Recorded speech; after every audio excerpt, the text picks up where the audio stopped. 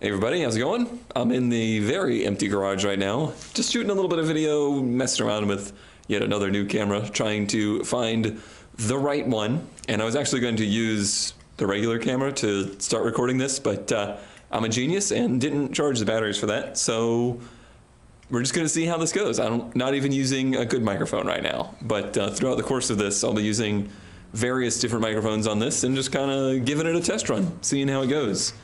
I've got both the project cars, well, we got all three cars outside at the moment.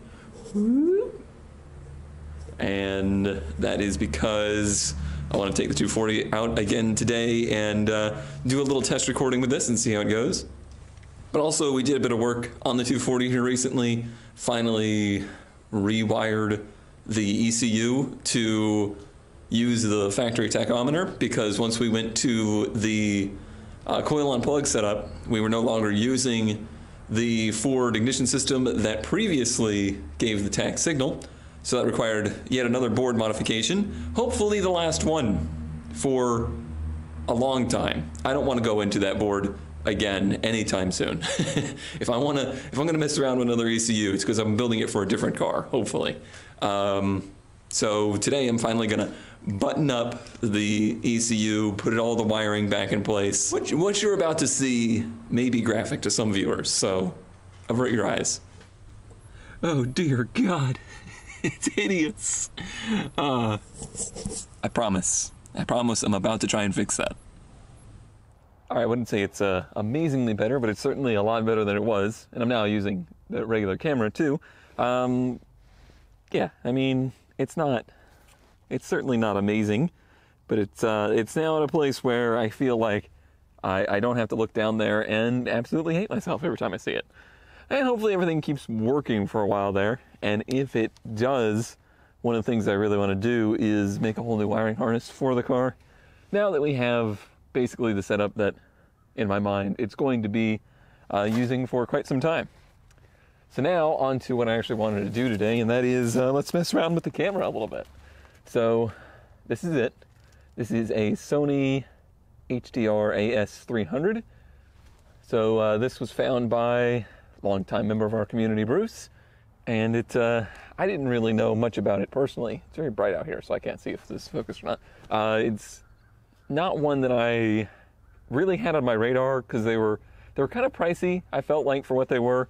Kind of in the same ballpark as a modern GoPro, and at least on the surface kind of seems like it has a lot of the same features. One big difference about them right out of the gate that I can tell, it just feels a lot better to use. Like, I don't often like the way modern electronics kind of orient their menus and stuff, just the way that they make the buttons try to make a lot of sense to everybody, and in that they kind of seem to make everything more convoluted. But so far using this one, it's very straightforward, and the best part about it is that it includes this, which is a mountable screen that has the live display. So you can hook it up to the phone, but you can always use the screen, and this screen comes with a couple different mounts that you can. Can I do it one-handed? Very tough too. It's very durable. That you can pop out of there. You can put it. It comes with like a watch band you can use and stuff like that. But for me, for my purposes, I think what I'll end up doing is having this mounted in the car somewhere. So whenever I'm at autocross or shooting, any kind of video, I can have reference for what's on frame, and you can start and stop the recordings, and you can change settings within the camera. It does 1080-60, does all the different resolutions that I would ever use, and it has on the fly field of view change versus the GoPro, at least the one that I had. You basically had to choose a resolution and a frame rate and a field of view. This one you can change between wide, medium, narrow, and record in those different settings, and you can do that within this. The other big thing is it does have on it a microphone jack. It is unfortunately hidden, which I guess I understand why that has to be. Like, I understand why they put all the, the ports behind a door like this. These things, it comes with a waterproof case. It's meant to be an action camera. It's meant to be used out and about, and you don't want dirt and debris getting in there. The bummer with that is if you want to actually use the microphone jack, which is a regular 3.5 jack, the door's got to be open. So you couldn't use a case on this. I've seen that there's a bunch of different cases available for it, but they're all Sony branded. So that's one thing that it's a drawback for this, is that all the hardware and stuff for it, there's not going to be those random different brands of stuff that you can use for it, because everything about it is Sony, and that's the way that they do things. Like, Sony develops their stuff to be as different from everybody else as possible, I guess, to try and be unique, or to do it better. But in doing that, it means that everything that you get for it is going to be different, it's going to be unique, and therefore typically more expensive. But for the most part, none of that really matters to me, because it has a 1/4-inch thread on the bottom of it, so I can put anything that I already have to use with it. It just won't be in a case necessarily. I've seen that there's some like lens caps you can get for it, like a couple different options to try and help protect it, because, I mean, it's going to be in the line of fire, And this has a really nice lens on it. This has a very nice sensor. I would hate for it to get damaged. So that's something I'll have to look into. But as of now, it seems like everything that we need. So we're going to put it to use today. We're going to make sure that the different microphones work on it. One thing that I don't have is any way to mount a microphone right now. I'm still looking at the accessories to see if there's something with a shoe, because I use a shoe mic for my wireless setup that I'm using with this camera, and I want to use that with this as well. So need to find a case that includes a shoe. For the case of today, what I'm going to end up doing, I don't have it in here. What I'm going to end up doing is using my old GoPro like mount to put my shoe on there, to have the Video Micro Pro and the shotgun mic and the wireless mic and all that stuff on there, just to see if those work well and have independent audio for the camera. All right, that's probably enough blabbering about it. We'll get out there and actually use it. I have been doing a little bit on the ramp truck, not too terribly much. We've been kind of dialing in this cold start issue, and I think we're pretty much at a stopping point on that. It reliably starts enough that it's not really even an issue. I think the big thing is letting it prime. It seems like letting it prime the computer, actually. It seems like the computer wants to somewhat warm up before the truck starts, which sounds weird, but there's capacitors in there that need to, they need to gather a charge before they can fire off. I haven't yet built the box to house it. We do now have the fuel gauge interface in here, and it's wiring, again, incomplete, just like as I always do. But it is now in there. The fuel gauge works for both tanks. The interface for the switch works and everything. I still need to switch out the coolant temperature gauge because they sent me the wrong one, but that's not a big deal. But everything's good. Everything's at a point now where we're going to start moving forward. I did go through and paint the headache rack recently because it was driving me nuts because it was so patina-y. You know how much I hate patina.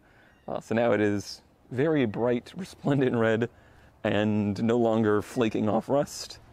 And that gets us kind of ready to do the next big hurdle towards, the truck's ultimate usability, and that's going to be the brakes. So just to put in an order for a front disc conversion for the truck. It is a front disc conversion for a 5-lug truck that we are going to try to adapt to an 8-lug. I don't think it's ever been done before. We will be the pioneers of that. We'll see how it goes. But yeah, it's the last really big hurdle towards the ultimate usability of the truck. And then as the weather starts to warm up, we'll start tackling the body work, and yeah, that's kind of the status of the truck. All right, let's go do some driving. So we are on the widest setting right now on the regular in-camera microphone, windows up, cruising, not being too terribly loud. It's not going to be very frequent for recording, but it's worth knowing if this is useful or not. All right, we'll clear town a little bit, so we'll make some noise.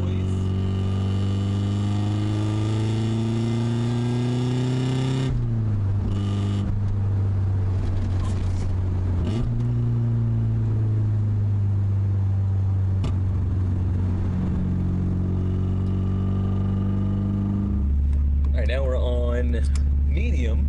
I angled a little bit this way, and we're going to use the video micro. Again, I've got it like on a different suction cup altogether over there. I didn't restart the camera or anything. I'm just assuming that when you plug it in and it works. So let's see.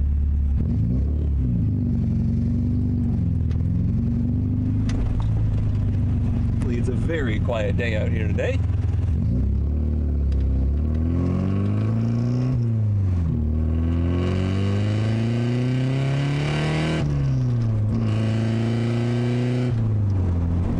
Having attack again, I'll tell you that.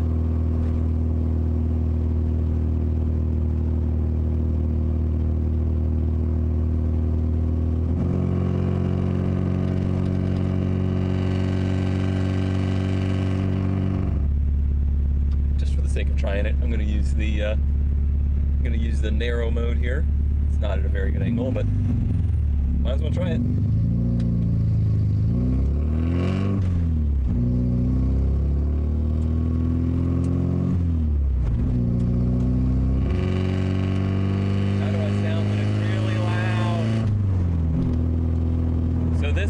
That I'm using doesn't have adjustability in it.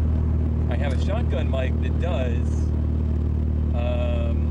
and the wireless setup does as well. So I might have to try that at different levels to see where that sweet spot is. That's probably what we'll check next. I'll throw the camera up on the sunroof so we look forward, and I'm going to try to use the wireless setup.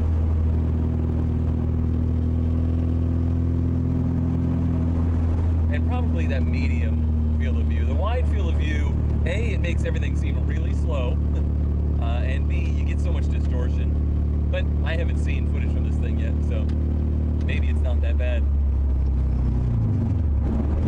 That's where I wanted to pull off.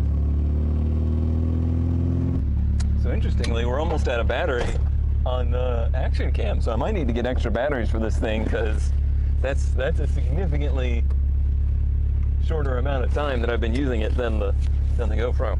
Assuming you can even hear me right now, because I don't even know if it works with this microphone yet. We'll see.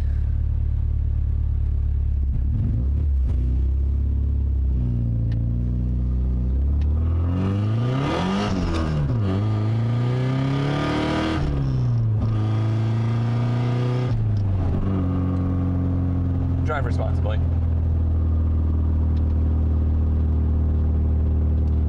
Good car. I often forget how much I truly, truly love this car.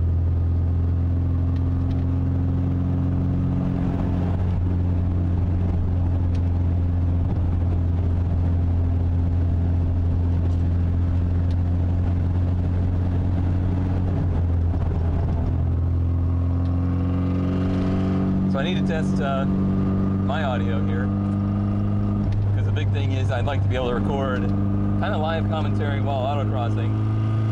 So it's going to be, you know, really loud, back and forth, on and off the throttle.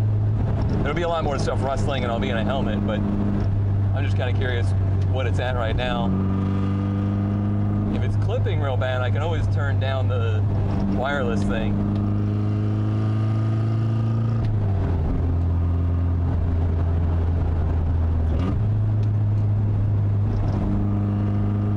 Boy, with that methanol injection, it's hard to build heat in this car when it's not warm out. It used to build it real quick with the supercharger causing so much heat. Not anymore.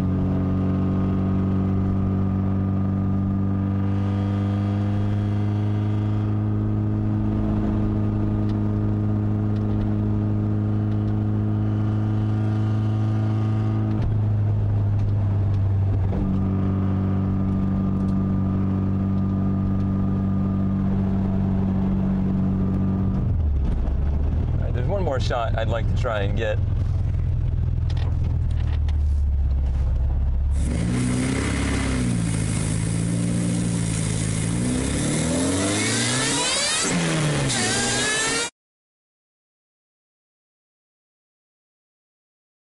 All right, well, so far it seems like this might be the camera for me. It might be something that we can use for quite some time. The only issue I ran into with it was the battery life, and I don't know exactly what the history of the camera was. Like, it came in a new box, but they said they got a deal on it. I have a feeling it might have been like a reconditioned, refurbished, something like that. So maybe the battery isn't new, but it could be that I just need additional batteries. One thing with it, let me grab it real quick.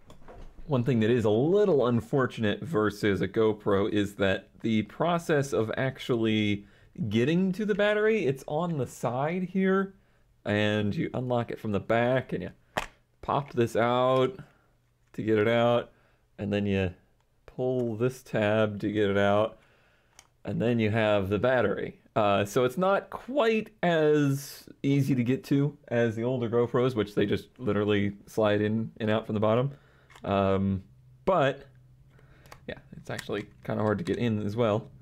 The thing that is nice is they make the camera body and all the panels and everything out of this, I don't know what to describe it as. I'm going to say soft plastic, and that's going to sound bad, but it's like a very flexible, non-brittle plastic. So you don't have to worry so much about breaking the doors off or just, you know, cracking in the case. I think the newer GoPros are starting to do this, but my old 3 wasn't quite like that, and I did have some issues with cracking in it, but none of that really matters. That's the only thing that came up with it that could be an issue. And the other thing is the shoe. So, like I've said, I like to use... I should really have had examples on hand.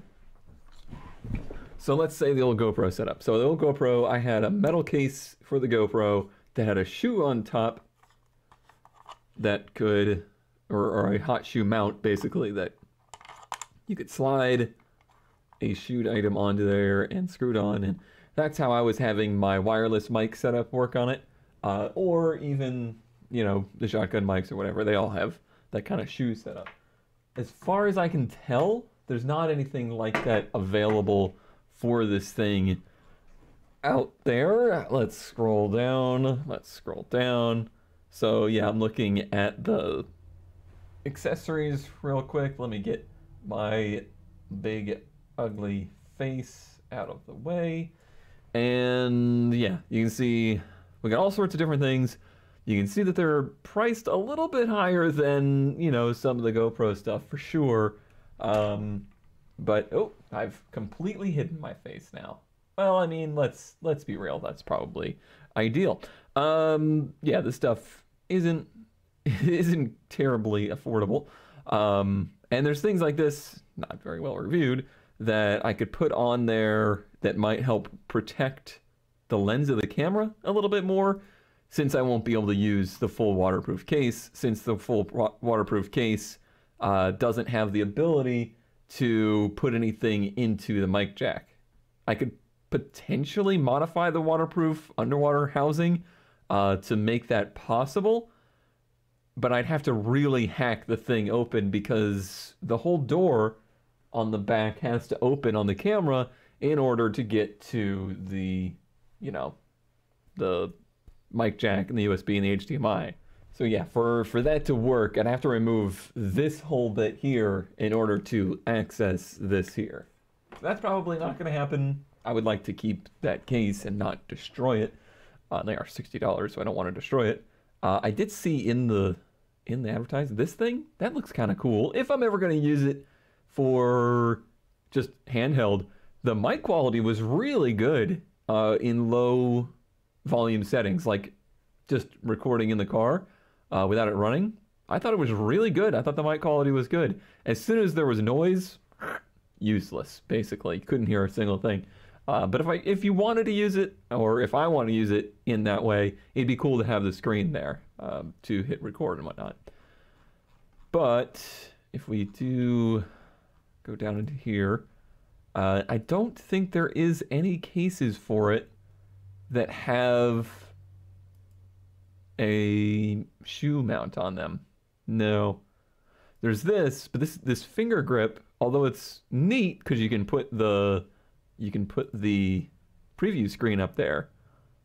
That doesn't really help us either because it doesn't have anywhere to mount things. So I might have to look out in the 3D printed world for that, or find some other way of going about it, because that's kind of the only major hang-up I have now is if I'm going to use an external mic, it'd be nice to have it mounted with it rather than having to mount it separate. The audio sounded pretty good. It's never going to be great in the 240. It's windy, it's loud. I don't know exactly how people like Farah do it. Like, he gets audio out of extremely loud cars that you can hear him pretty clearly in. I don't exactly know how he's doing that. I didn't get to use the shotgun mic, and that might be the thing to do, is to position the shotgun mic so that it is pointed directly at my mouth, and that is a directional mic, not omnidirectional, so it's only going to capture audio that is bouncing directly at it instead of capturing kind of a broad room like the Video Micro does, or the lapel mic. You know, it's directional, but only to a point. It would be more directional if it was like in my mouth, but because it's on my shirt, it has to capture audio from a wider area. So that's why I think the shotgun mic might work out for that. But overall, I was happy. I was happy enough. It did the job like I needed. I think it'd be great for Cone on the road. The Audi's, you know, a much quieter environment, or recording in the ramp truck, much quieter. I think it's going to work out really well. So I'm overall pretty pleased. The remote, I didn't think the remote was going to be as handy as it is. And I know I looked at these cameras before and was like, I don't know. Because the remote seemed a little chintzy, seemed a little, I don't know. It seemed like one of those things to grab your attention, but then functionality-wise would be useless. But it's actually really good because it lets you use it without phone interaction. So I think that's probably my favorite feature. I've had some connectivity issues with it, but not too much. I do think it's using wireless connection between them, which is causing the battery drain on the camera because it's feeding video and connection to that remote. But yeah, I think that's about all the rambling I have to do about it. Seems like this is going to be the one, and it better be, because it was entirely too much money to spend on me. So I think we're pretty good there. I gotta say, the 240 ran phenomenally. That thing's been running really good. I wish the battery hadn't died so you could hear. I did a full like 1 through 4 pull on the thing. Never misfired. It runs right out to 6,000 RPM and is happy as could be. Super happy with how the 240 is doing right now.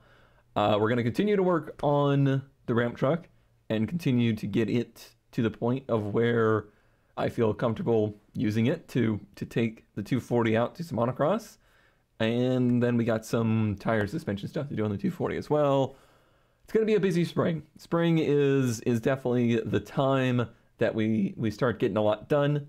I think there's a possibility, I haven't really talked to him yet, but I think there's a chance that Mock would like to come on up and take another swing at some garage work. It'd be great to kind of remodel, refresh some of the stuff in the garage and clear out that side room and make that a usable space. So look forward to a lot more work and action here as we start working our way through the year. Thank you, as always, for tuning in. Hope you enjoyed the weird, loose format I'm kind of picking up with this. I'll see you all later. Have a good one. Bye-bye.